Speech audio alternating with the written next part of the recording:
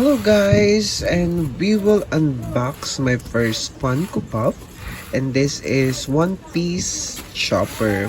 Binili ko siya online and nagkataon na discounted naman, so I grabbed the opportunity. So no further ado, this is very quick unboxing. Titignan lang natin yung details ni Chopper and yun lang. Wait, open natin.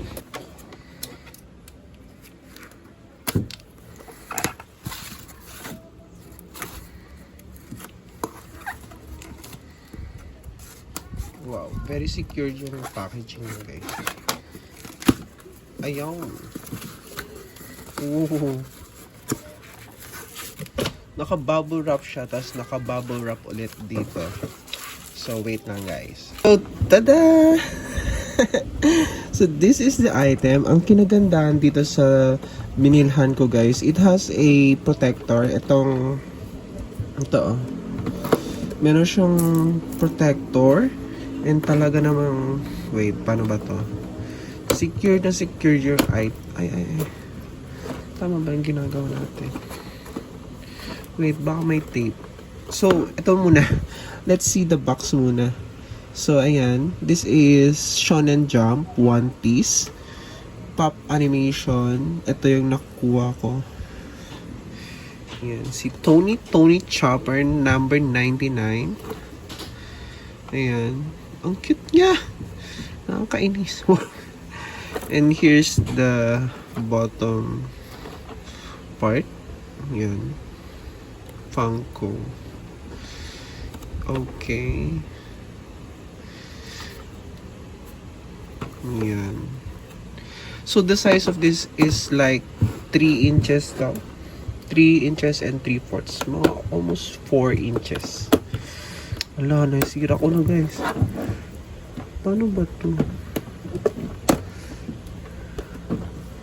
Hindi pwedeng i-push. Hindi siya. Ay, tangik. Nako naman, guys. Tangik talaga. So, nakuha ko siya in a very affordable price. Sa iba kasi almost 1,000 siya. So, dito, almost 600 na. 500 plus, kasama na yung shipping fee. And meron ngang ganito. Ang kinagandaan nito, guys, may film siya, oh. So, para may iwasan yung gas-gas. Taray. Pwedeng ipa-grade. PSA. Charot. So, ayan. Oh, hindi ko alam kung kasi marami din ako nakitang fake daw. Pero I don't know. So far this itong seller na to, okay naman yung reviews niya. So hindi naman ako kumbaga nagdalawang isip mag-order kasi nasa Lazada Mall din siya. Oy. Yan, parang Lazada siya, guys. Pero meron din sila sa Shopee. Ayan. So open na natin. Pero as much as possible, iaano ko siya, i-preserve ko siya ng i-preserve. Mami yan. I-preserve ko lang kasi na bentable siya. Bentable. Pero yun nga.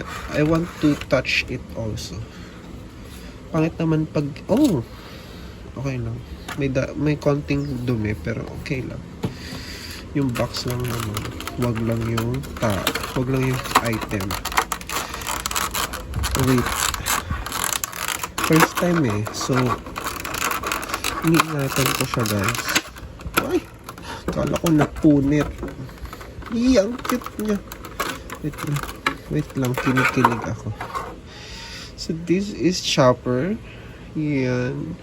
Medyo mabigat, made of vinyl materials. And alam niyo ba yung vinyl, guys? Yung vinyl is cool yan. Saint Vinyl.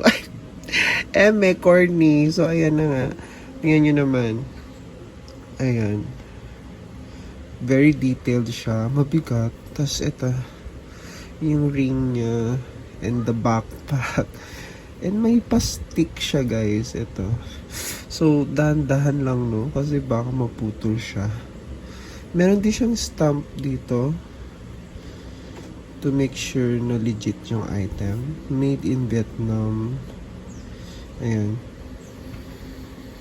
I'm not sure. Again, I'm not a, hindi ako expert dito. Yung coloring may konting ano dito. Pero so far so good naman yung item. And kinakalog ko guys, tsara. Kasi 'di ba yung iba, yung hinahati dito sa banda, pero feel ko hindi naman ito 'yon. Hindi to 'yon na Funko Pop kasi solid guys eh. Grabe. Solid siyang vinyl figurine. Ayan. So far so good naman. And I like the design. I like everything. Again, di ako expert to know if it's fake or legit. Pero so far, legit yung mga ano sa kanya. Yan. Meron to isa yung flock.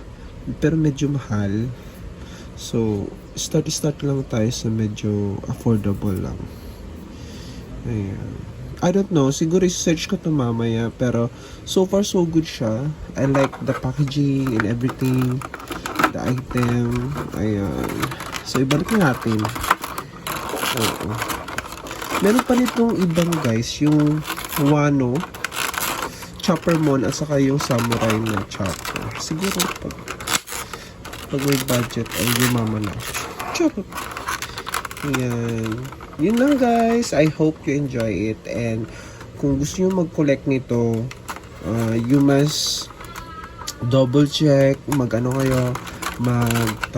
mag-research kayo guys. Never ending research kasi di bali ng medyo dadagdag ka lang ng 200-300 na payment, at least original, kesa naman na bibili ko ng mura tapos pagdating sa inyo fake pala. So, yun lang guys. Bye! Chapa!